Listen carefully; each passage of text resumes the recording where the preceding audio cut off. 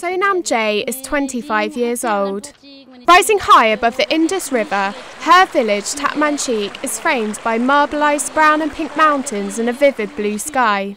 Sonam lives in a small stone house with her parents and son. At midday, she follows a windy stream down to her family's plot of land to water their crops. It takes 3 hours for her to strategically block and unblock the main water canal to let a limited amount of water through to her field. The region of Ladakh is cut off from the outside world for 8 months a year as snowfall blocks the 2 roads out. Julia Bond from the International Society for Ecology and Culture has been working on the farms in Ladakh. The growing season is quite short here because of the altitude and because of they're relying on the glacier melt. So you're really looking at just a couple of months.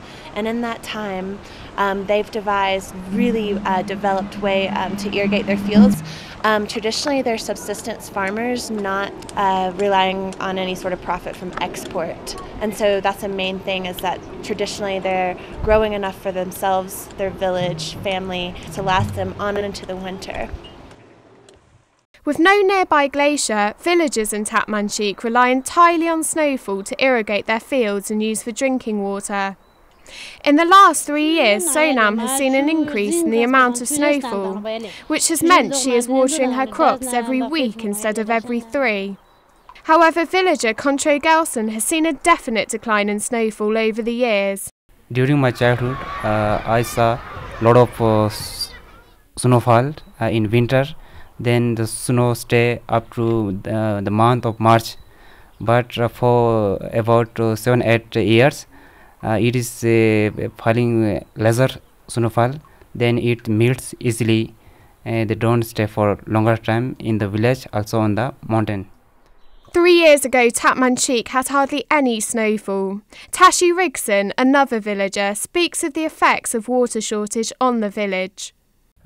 We have seen it few years that people who cannot walk on the field due to less water.